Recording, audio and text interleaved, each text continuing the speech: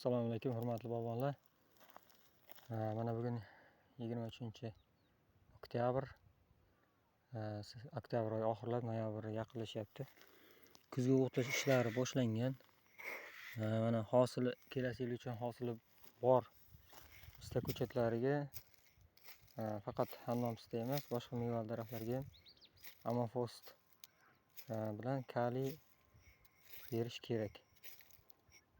Bular kelajakda yaxshi hosil berishiga, ildiz tizimining yaxshi rivojlanishiga yordam beradi.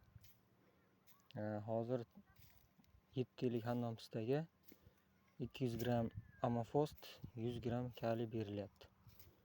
Kaliy azotga o'xshab kuchli doza bo'lmaydi, amofost ham ortiqchasi kelasi yil uchun oziq olib ketadi. Bu kuchli mutaxassis agronomlarning fikrlari.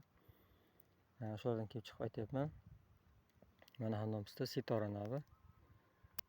Ancha yaxshi, kelasi uchun hosil kutilari bor. Endi buni chopiq qilamiz, tuproqqa aralashtiramiz. Mana tuproqqa aralashtirildi.